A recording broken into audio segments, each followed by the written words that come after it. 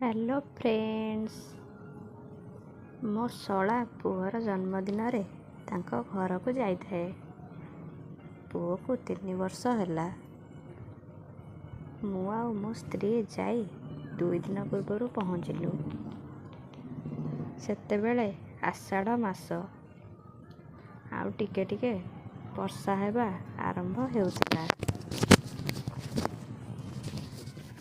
ମୋ ଶଳା ମୋ ସ୍ତ୍ରୀର ବଡ଼ ଭାଇ, ସେଥିଲାଗି ତାଙ୍କ ସ୍ତ୍ରୀ ଶାନ୍ତି ସହ ମୁଁ ଆଗରୁ ମଜାମସ୍ତି କରି ଆସୁଛି। ଫୋନରେ ତାଙ୍କ ସହ ଏପରି ରୋମାଣ୍ଟିକ୍ କଥାବାର୍ତ୍ତା ହେବା ଆମ ପାଇଁ କମନ୍। ଶାନ୍ତି ଦେଖିବାକୁ ଟିକେ ସାବନା କଲର୍, ହେଲେ ମନ ପୁରା ବିନ୍ଦାସ୍।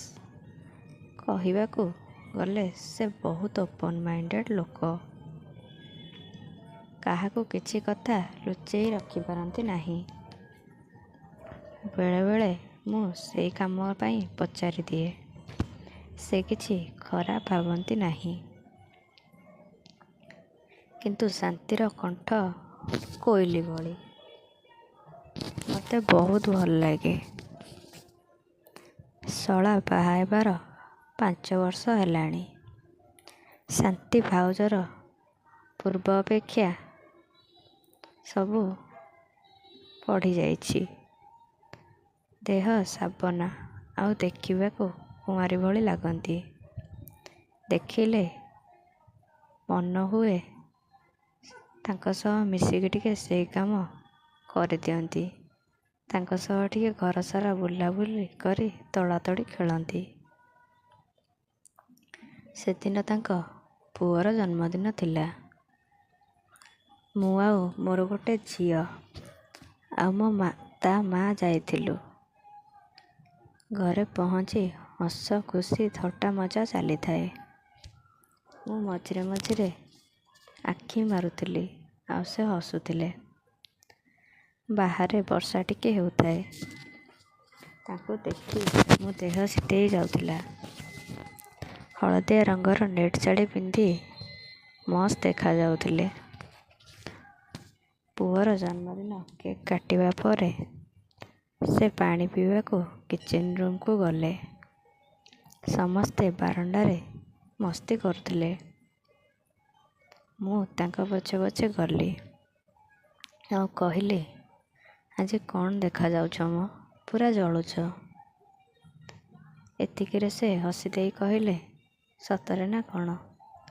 ମୁଁ କହିଲି, ହଁ, ଲୁକ୍ ସେମ୍, ମଲ୍ଲିକା ଭଳି ପୁରା ଲାଗୁଛ। ଭାଉଜ କହିଲେ, ମିଛ କୁହନି। ତୁମ ଭାଇ ମୋ ଶାଢ଼ୀ ଆଉ ଷ୍ଟାଇଲ୍ ଦେଖିଲେ ଚିଡ଼ି ଯାଆନ୍ତି। ମୁଁ ଆଜି ପୁଅର ଜନ୍ମଦିନ ବୋଲି ପିନ୍ଧିଛି। ମୁଁ କହିଲି, ଭାଇଙ୍କୁ କ'ଣ ଜଣାଅଛି, ଖାଲି କାମ କାମ ହୋଇ ତୁମକୁ ବି ଭୁଲି ଯାଉଥିବେ। ଭାଉଜ କହିଲେ, ସେଇଟା ବି ସତ କଥା।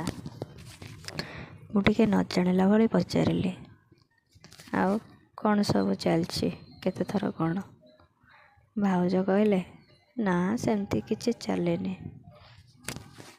ମୁଁ କହିଲି, ନାଇଁ, ତମେ କିଛି ଜାଣିପାରୁନ। ଭାଉଜ ପୁଣି କହିଲେ, ସତରେ କିଛି ବି ଚାଲିନି। ପୁଅ ଜନ୍ମ ହେଲା ଦିନଠାରୁ ତା ସ୍ୱାଦ ଠିକ୍ରେ ମିଳୁଛି ନା ସେ ମୋ ମନ କଥା ବୁଝୁଛନ୍ତି? ଏତିକିରେ ମୁଁ କହିଲି, ଆମେ ଅଛୁ, ଦରକାର ଯଦି କୁହ। ଭାଉଜ ହସି ଦେଇ ପଳେଇଲେ।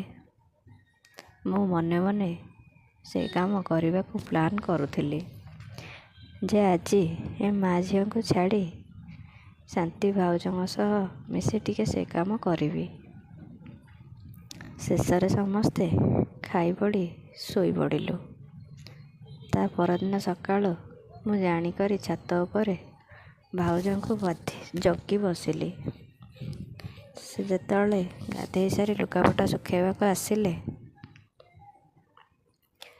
ସେ ଶୁଖାଇବା ସମୟରେ ମୁଁ କହିଲି, ଭାଉଜ, ତୁମ ସହ ଆଜି ଟିକେ ଖେଳିବାକୁ ଇଚ୍ଛା ହେଉଛି। ଭାଉଜ କହିଲେ, ଆରେ ପାଗଳ ନା କ'ଣ, କାଲି ମୁଁ ଏମିତି ମଜାରେ କହୁଥିଲି ଖେଳିବାକୁ, ତମେ ସିରିୟସ୍ ନେଇଯାଇଛ। ମୁଁ କହିଲି, ସତରେ ଭାଉଜ, ମୁଁ ଟିକେ ଖେଳିବାକୁ ଚାହୁଁଛି, ତମେ ଖାଲି ଓକେ କଲେ ହେଲା। ଭାଉଜ ଟିକେ ଲାଜେଇ ମୁରୁକି ହସିଲେ ଆଉ କହିଲେ, ହଉ ସମୟ ମିଳିଲେ କହିବି ଆଉ। ଦିଜଣ ଯାକ ସେଇ କାମ କରିବା। ସାରାଦିନ ମୁଁ ଭାଉଜଙ୍କୁ ଇସାରା ଦେଉଥିଲି। ଆଉ ସନ୍ଧ୍ୟାରେ ଭାଉଜ ମିଛ କହି ଶଳାକୁ ପଠେଇଦେଲେ।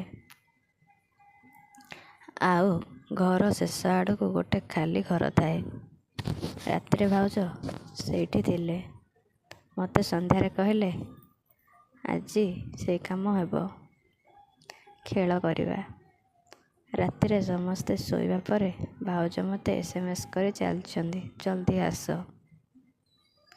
ମୁଁ ବାରଣ୍ଡାରୁ ଉଠି ଭାଉଜଙ୍କ ପାଖକୁ ଗଲି। ମୁଁ ଯାଇ ଦେଖିଲା ବେଳକୁ ଭାଉଜ ସେଇ ପଛପଟ ରୁମ୍ରେ ଅଛନ୍ତି। ମୁଁ ଆଉ ନିଜକୁ ଅପେକ୍ଷା କରି ନ କରି, ଟାଇମ୍ ୱେଷ୍ଟ ନ କରି ଦିଜଣ ଯାକ ସେଇ କାମ କରିବା ଆରମ୍ଭ କରିଦେଲୁ। 10ରୁ 15 ମିନିଟ୍ ପରେ ଆଉ ଇଚ୍ଛା ହେଲାନି। ପୁଣି 20 ମିନିଟ୍ର ବ୍ରେକ୍ ନେଲୁ। ବ୍ରେକ୍ ନେଇ ପୁଣି ଥରେ ଲାଗି ପଡ଼ିଲୁ ସେଇ କାମରେ। ସେଇ କାମରେ ଦିଜଣ ଯାକ ବହୁତ ମଜା ଆସୁଥାଏ। ଖେଳ ବି ବହୁତ ଭଲସେ ହେଉଥାଏ। ଦିଜଣ ଯାକ ପୁରା ବହୁତ ସମୟ ଧରି ମଜା ନେଲୁ। କିଛି ସମୟ ପରେ ମୁଁ ପୁଣି ଆସି ବାରଣ୍ଡାରେ ଶୋଇପଡ଼ିଲି। ସେଦିନ ମୋତେ ନିଦ ହେଲାନି। ଭାବିଲି ଆଉ ଥରେ ଯାଇ ଟିକେ ଖେଳିବି, ହେଲେ କାଳେ କିଏ ଜାଣିଦେବ ବୋଲି ଭାବି ମୁଁ ଆଉ ଖେଳିବାକୁ ଗଲିନି ଭାଉଜଙ୍କ ସହିତ। ତା ପରଦିନ ପୁଣି ନିସ୍ତୁକ ମାଡ଼ ମାରିଲି। ଏମିତି 4 ଦିନ ଧରି ଆମର ଖେଳ ଚାଲିଥିଲା। ତାପରେ ଆମେ ଗାଁକୁ ଆସିବା ପାଇଁ ବାହାରିଲୁ, କିନ୍ତୁ ଭାଉଜ ଛାଡ଼ିବାକୁ ରାଜି ହେଉନଥିଲେ। ମୁଁ କହିଲି, ପୁଣି ଆସିଲେ ଖେଳ ହେବ, ଆଉ କ'ଣ କରିବି, ଯିବାକୁ ପଡ଼ିବ। କିନ୍ତୁ ମୋର ବି ଛାଡ଼ି ଆସିବାକୁ ଇଚ୍ଛା ନଥିଲା। ଭାଉଜ କହିଲେ, ଜାଗା ଠିକ୍ କରି ରଖ, ମୋର ଯିବାର ଅଛି। ଯେବେ ବି ଯିବି ନିଶ୍ଚିନ୍ତ ଖେଳିବା, ନିଧୁମ୍ ଖେଳିବା। ମୁଁ ବି କହିଲି, ହଉ ଠିକ୍ ଅଛି, ତମେ ଆସ, ମୁଁ ବି ଜାଗା ରେଡ଼ି କରିକି ରଖିଛି। ଆସିଲା ପରେ ମସ୍ତ ଖେଳ ହେବ।